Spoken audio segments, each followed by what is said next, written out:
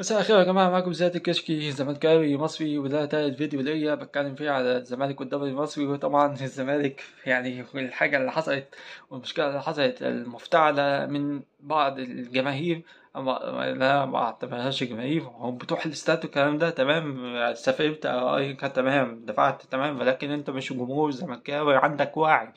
واتمنى الفيديو ده يوصل لك. هتقعد تشتيمة اشتمني يا باشا عادي، براحتك براحتك يا باشا. بس انا بتكلم هنا في فيديو ان الناس اللي هي عندها عقل، اللي بتشجع الزمالك فعلا، اللي بتحب نادي الزمالك فعلا، اللي هو انت ماتش ملوش اي 30 لازمة، ملوش اي 30 لازمة.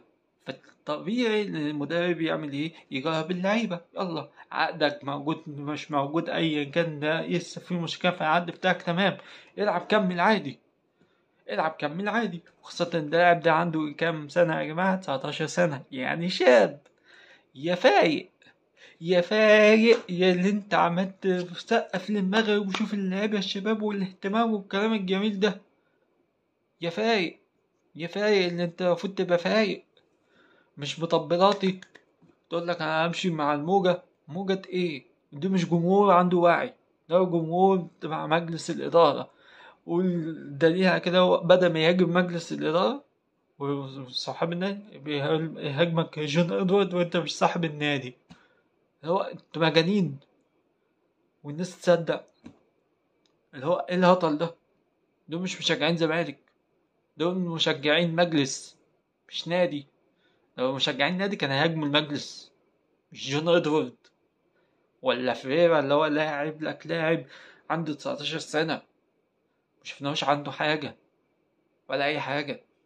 رغم ان اللاعب ده لو كان جاب ضربة جزاء نفس الجمهور دول هيسقف عادي.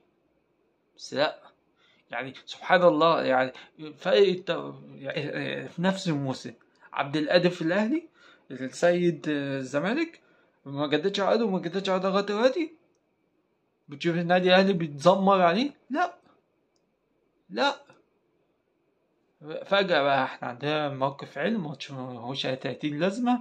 إذا ازاي لاعب بره عقده وعنده 19 سنة مش هجدد عقده، يلا بقى ايه اللي هما اللي ملهمش أي لازمة دول؟ أنا مش معتبرهم زملكاوية يهاجموه، اللي هو إيه الهبل ده؟ فين المنطق؟ فين العقل؟ مفيش.